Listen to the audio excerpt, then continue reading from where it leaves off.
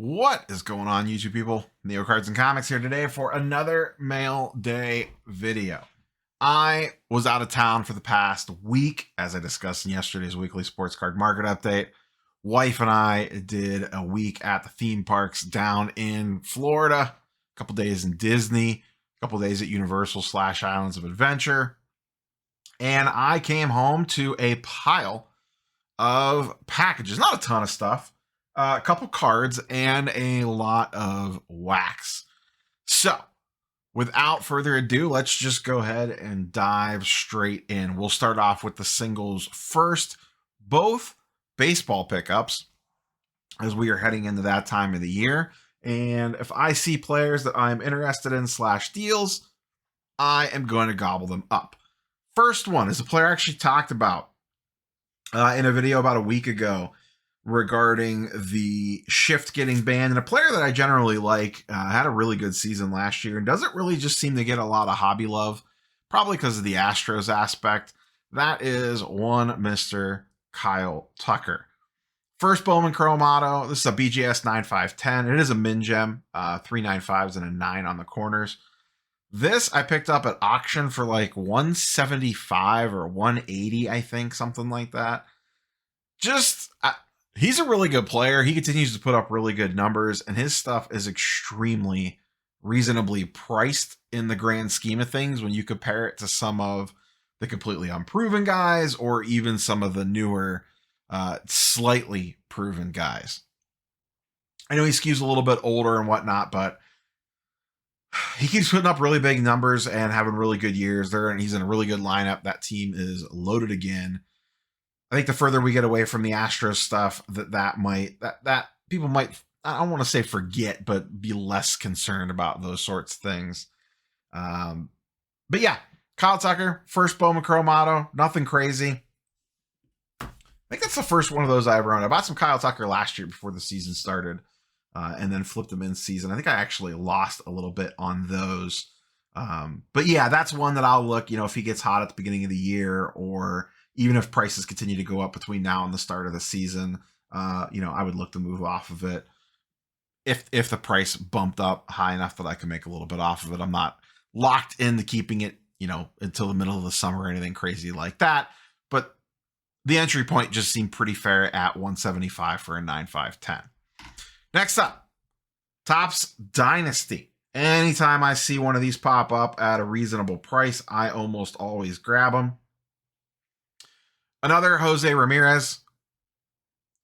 This really nice patch, 3-color patch, on-card auto, game used memorabilia. A lot of people get confused on Dynasty because on the back it says, the relic is not contained from any specific game, event, or season. It is game used. That statement is just clarifying that it is not telling you specifically what game it came from, because some Topps Dynasty do. Some Topps Dynasty actually have it right on the card exactly what game it came from. So that's them saying, hey, this is game used, but we're just not telling you exactly what game it came from. But a lot of people always get confused on that. So J-Ram, Topps Dynasty, this popped up. This was one of those ones. I talk about this all the time. When you see it, just don't mess around. Just go ahead and grab it. That popped up at Buy It Now Best Offer for 129, I think it was. Or no, it was at auction, I think, with a $100 minimum and a 129 Buy It Now, one or the other.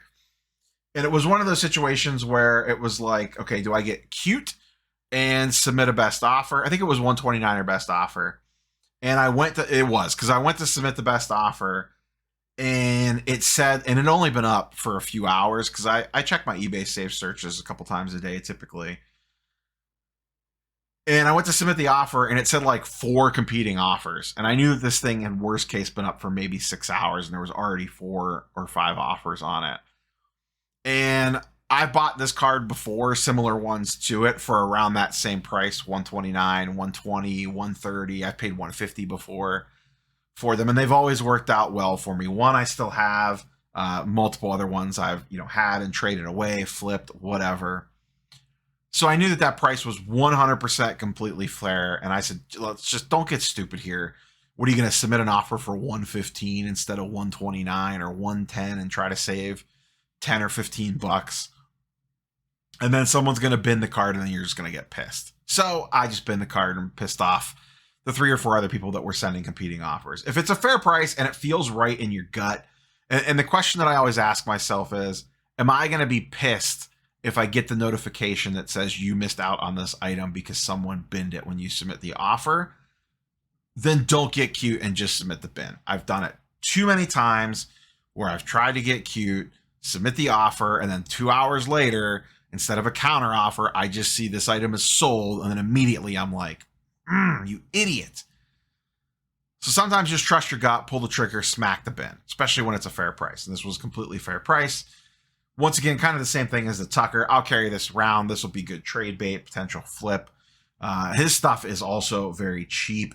You know, to get an on-card game used of Jose Ramirez for 129 is extremely reasonable given the numbers that he puts up. He had a great season last year, great season the year before, and the Indians/Guardians are primed for hopefully another really good season this year. The young kid's developed another year. He could have another monster year. They have a little bit better lineup protection, not much, a little bit. So we'll see what he can end up doing, but I'm always happy to pick up these Jose Ramirez Topps Dynasty cards on the regular. Next up, wax. I had multiple wax orders come. I have one that has not come yet because I just ordered it. That's some Topps 2023 Series 1. The jumbo boxes on the Fanatics deal, those have not come in yet. I think actually those don't ship for, I think early March or something on those. But it was such a good deal, I couldn't pass it up. If you don't know what I'm talking about, the Topps 2023 Series 1 on release day, they went up on Fanatics for, I think it was like 150 something. And then there was a 15% off coupon that worked for a few hours where some people got some orders in.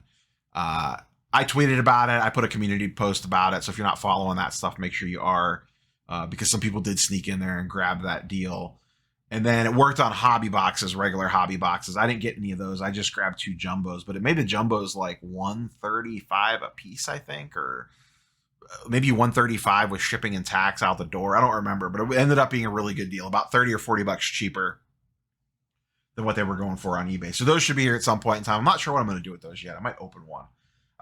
Some of this stuff I'm about to show you, I'm going to open. Some I am not. First up, Sapphire product. We have 2022 Bowman Sapphire. I picked up 1 box of this. This went for sale late January and just now shipped. There was an issue with, I don't know what. I've heard multiple different things. They had the wrong images, potentially, the wrong players on the checklist, so they held it back. I don't really know, but it's out now. This is 2022 Bowman Chrome Sapphire, so this has the international kids in it. I'm not planning on opening this. I'm just going to keep this sealed.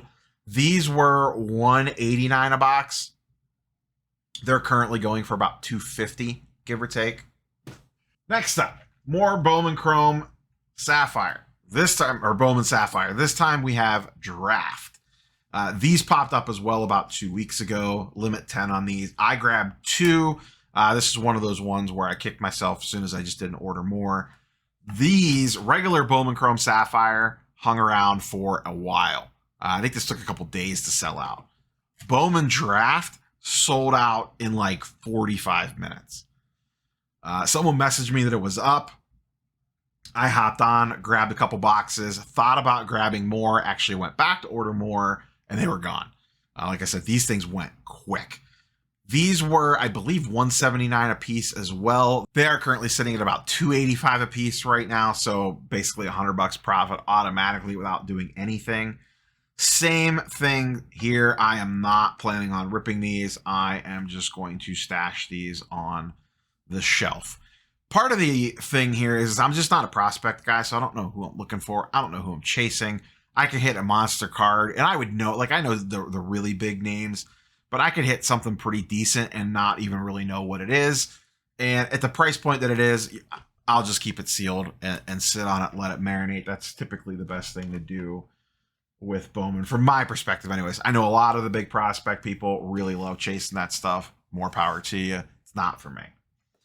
Last but not least, we got a package from Upper Deck. That is a box of the Falcon and Winter Soldier MCU card set. I'll be opening this up, probably posting a video tomorrow. That'll probably be tomorrow's video. This will go up. This set came out last week. Just like most of the MCU products, the chase here is the autos. There are some pretty cool inserts on this one. I think there's like a metal card or something, this forged vibranium. I've been hearing some stuff about. The base cards are just images from the show, nothing super crazy. But it's all about the actor autos. I know my wife would love a Sebastian Stan auto. Who wouldn't? But yeah, some good actor autos in here, so we'll see what we could pull out of that. Haven't been able to hit an actor auto yet. Whiffed on my WandaVision boxes. We'll see if we can hit one on Falcon and the Winter Soldier. Marvel-related stuff. It looks like Fleer Ultra Avengers is finally going to come out early March. I'm excited for that one. Definitely be multiple box breaks on the channel of that.